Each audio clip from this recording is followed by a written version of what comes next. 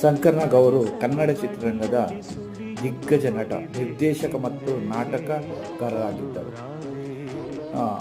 ಅವರು ತಮ್ಮ ಕಿರುಚಿತ್ರ ಮತ್ತು ನಾಟಕಗಳ ಮೂಲಕ ಕನ್ನಡಿಗರ ಹೃದಯದಲ್ಲಿ ವ್ಯಕ್ತಿತ್ವವನ್ನು ಬಿಚ್ಚಿಕೊಂಡಿದ್ದಾರೆ.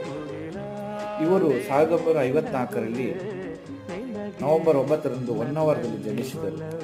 ನಾಟಕದಲ್ಲಿ ಆಸಕ್ತಿ 1978ರಲ್ಲಿ ಪ್ರಥಮ ಮೂವಿ ಒಂದಾನೊಬ್ಬಳು ಮೊದಲ ಚಿತ್ರ ಆಟೋರಾಜ ಇಡೀ ನಮ್ಮ ಕರ್ನಾಟಕ ರಾಜ್ಯದಲ್ಲಿ ತುಂಬ ಫೇಮಸ್ ಅದು ಮೂವಿ ಆಗುತ್ತೆ. ಯಾಕೆಂದರೆ ಈಗ ಎಲ್ಲರೂ ಉತ್ಸಾಹಕರಾಗಿ ದುಡಿಯಲು ನಮ್ಮ ಆಟೋದಲ್ಲಿ ಇವರೇ ಕಾರಣಕರ್ತರು. ಬದುಕು ಸಾಗಿಸಲು ಈಗ ಆಟೋ ಡ್ರೈವರ ಒಂದು ಕಣ್ಮಣಿ ಅಂತಲೇ ಹೇಳ್ಬೋದು. ಮತ್ತು ಸಿಂಗಾಪುರ ನಾಗರಾಜ, ಶ್ರಾವಣ ಬಂತು, ಪುನೀತ್ ಸರೋಜ್, ಮೀನಾಕ್ಷಿ ಇದೆಲ್ಲ ಹಿಟ್ ಮೂವಿ. ಇವರ ನಿರ್ದೇಶನ ಚಿತ್ರ